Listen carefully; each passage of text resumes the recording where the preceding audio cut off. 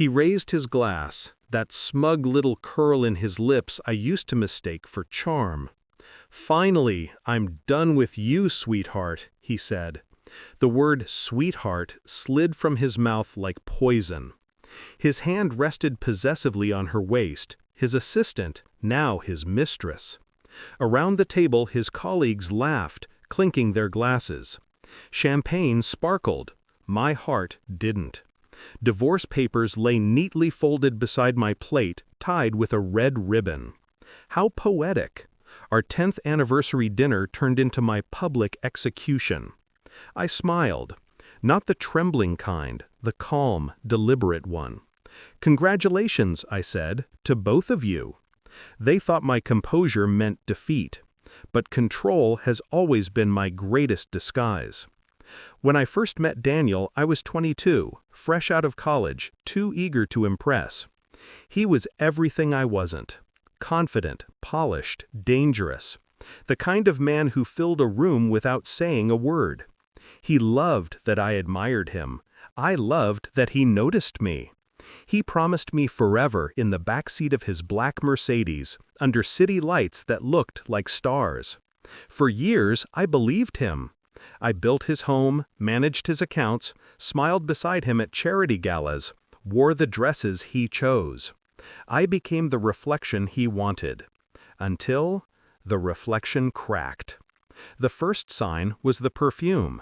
Not mine, too sweet, too loud. It lingered on his shirts when he returned late from meetings. Then came the hotel charges. Subtle at first, masked under company accounts. But Daniel was careless. Powerful men often are when they think they're invincible. One night, he left his phone on the kitchen counter while showering. A message popped up. "Can't wait for tomorrow. She'll be out cold, right?" She was bold, his mistress. Young, arrogant. The kind who mistakes cruelty for confidence. I didn't cry. I didn't scream. I simply watched the shower door fog and decided the next chapter would be written by me. I started small, quietly. I reviewed every bank account, every business share I'd helped him set up.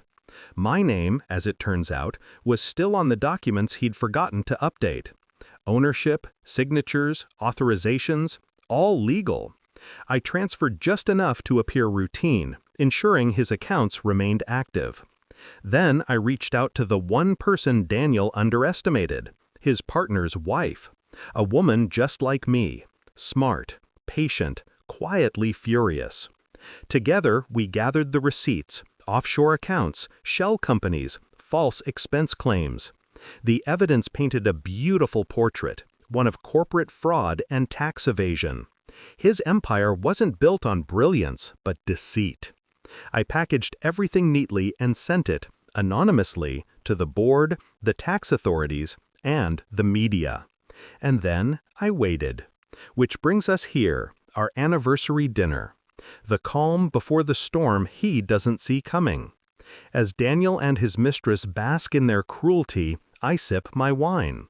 I notice how her lipstick smudges on his collar, how his laughter trembles slightly when he looks at me. Something about my silence unnerves him. I lean forward. "You know, Daniel," I say softly, "I was going to surprise you tonight." He smirks. "A surprise? I think you've had enough surprises for one evening." "Oh, this one's for you," I whisper. Across the room, his phone buzzes. Once, twice, then again. He glances at the screen, frowns. The laughter around us falters. His assistant's smile fades. He reads the first notification. Board of Directors, urgent meeting, investigation into financial misconduct. Another buzz. Account frozen, suspicious activity detected. The room quiets. Only the clinking of a spoon against glass remains. His face drains of color. "What did you—" I cut him off, my tone still calm. "You shouldn't have used my name on your accounts, darling. That was sloppy." The mistress looks between us, confused. "Daniel, what's happening?" He stands abruptly, knocking over his chair. You did this!" I tilt my head. I just gave the truth a little light. The waiter arrives, placing a small envelope beside him. From the lady, he says. Daniel hesitates, opens it. Inside, copies of the transfers, screenshots of his messages, and one line in my writing. Happy anniversary. You finally gave me freedom. I just gave you justice. They left in chaos. The mistress crying, Daniel shouting into his phone, demanding answers that wouldn't come. I stayed, finished my dessert, watched the city lights reflect in my empty wine glass like scattered diamonds. By morning, his company would suspend him. By noon, the authorities would call. By night, his mistress would vanish, her loyalty as temporary as his love. And me? I would be gone, moved out, accounts cleared, name restored. People think revenge is fire, loud, destructive, uncontrollable. But real revenge? It's ice, cold, silent, beautiful in its precision. As I walked out of that restaurant, heels clicking against marble, I didn't feel hatred. I felt peace.